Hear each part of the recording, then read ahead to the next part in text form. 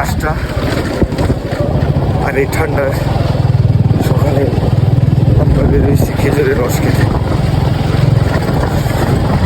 ওয়েদারটা দেখেন, এখনো সূর্যটা উঠে নাই। আমাদের 3টা গাড়ি বেরোইছি, সামনে আর 2টা আছে। শত ঠান্ডার মাঝেও একসাথে বের হওয়াটা একটা আনন্দের ব্যাপার। তো এটাই বড় বিষয়। যাবো তো 1 গ্লাস খেজুরের রস খেতে, এই মুহূর্তটা স্মৃতি হয়ে থাকবে। বলে বুঝাতে পারবো না কি পরিমাণ ঠান্ডা লাগতেছে।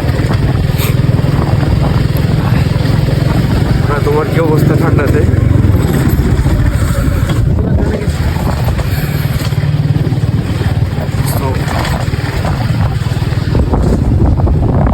তো ওয়েদারটা ভালো হলে ভিউগুলা দেখাইতে পারতাম।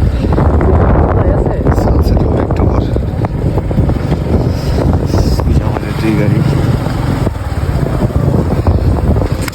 রাস্তা ঠিক আছে তো?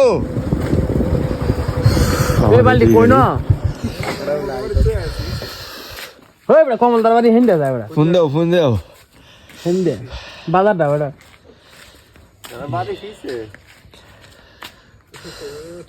আচ্ছা রস কই না।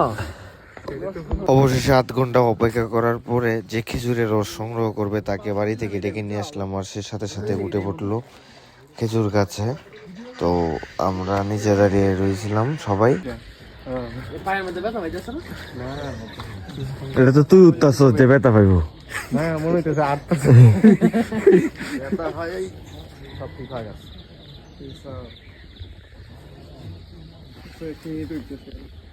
লাগলে বেড়া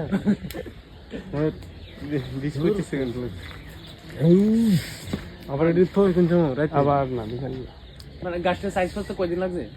রসটা ভাই সময় লাগছে।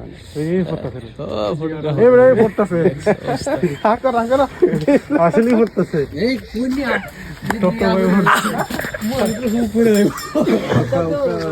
আর রস খাইতে পাইছি মাই নেই দেখে একটু কন্ট্রোলে যাইস। মাই নেই দেখে রস খাইতে পাইছি ব্রো।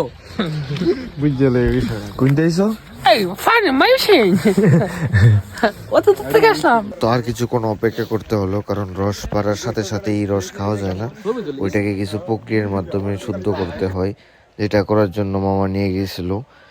তো আমরা ওইদিকে একটু ঘোরাফেরা করলাম, আর আমাদের মূল উদ্দেশ্যও ছিল ঘোরাফেরা প্লাস সবাই একসাথে হব, এই ফাঁকে একটু রস খেয়ে নিলাম। তো ওইটাই আমাদের মূল উদ্দেশ্য। যাই হোক, অবশেষে ডাক দিলেও সবকিছু কমপ্লিট হয়েছে, তারপর দিলাম দৌড়।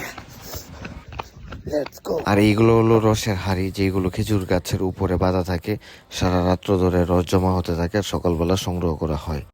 অবশেষে আমরা সবাই এখানে সময় কাটানোর পর আবার ব্যাক করলাম।